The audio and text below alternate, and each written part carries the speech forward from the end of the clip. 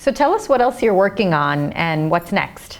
Well, we're launching digital leadership programs. We have it on the David Novak method, purposeful recognition, essential leadership traits. These are digital programs that we're trying to disseminate. I'm also, working on a new book.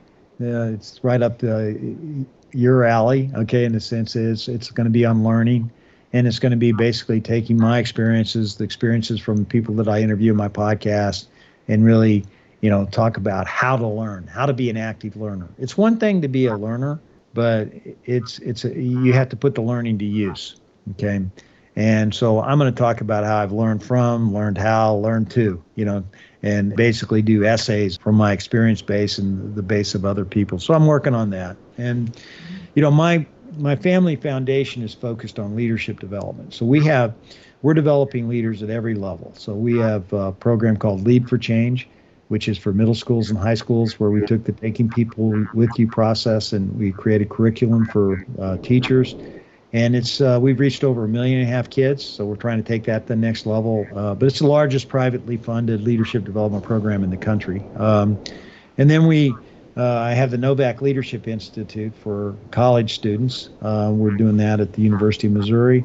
And then we've teamed up with dynamic leader Jan Helson, who's created this program called Global Game Changers, which is for elementary students, where we teach elementary students to understand what their gifts are, what their talents are, put their heart into it, and then that becomes their superpower. Okay.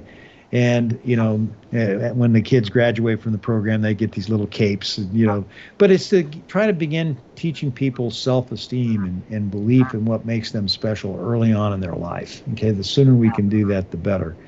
And then I have my How Leaders Lead brand, which is the podcast and the digital programs and all that. That's for the aspiring leaders. So we're really busy.